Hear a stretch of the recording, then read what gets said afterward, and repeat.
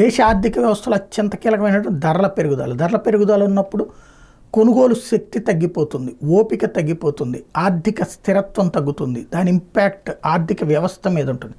ధరల కంట్రోల్లో ఉండాలి అంటే పబ్లిక్కి భారాలు తక్కువ ఉండాలి, అలాగే ఉత్పత్తికి వ్యయం తక్కువ ఉండాలి.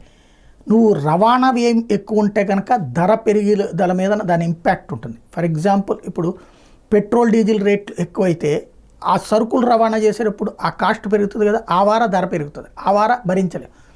అయితే భారతదేశం ఓ రకంగా కంట్రోల్ చేసుకుంటుంది రష్యా వాళ్ళు ఇస్తున్నటువంటి తక్కువ రేటు ఆయిల్తో. మరొకసారి రష్యా 10 సంవత్సరాల పాటు భారత్తో ఒప్పందం కుదుర్చుకుంది. ఏంటంటే రోజుకి 5 లక్షల బ్యారెళ్ళు, రోజుకి 5 లక్షల బ్యారెళ్ళు ఇవ్వడానికి 13 బిలియన్ బ్యారెల్స్, 13 బిలియన్ డాలర్లు ఏడాదికి, 13 బిలియన్ డాలర్ల వ్యాపార లావాదేవీలకి భారతదేశంతో ఒప్పందం కుదుర్చుకుంది.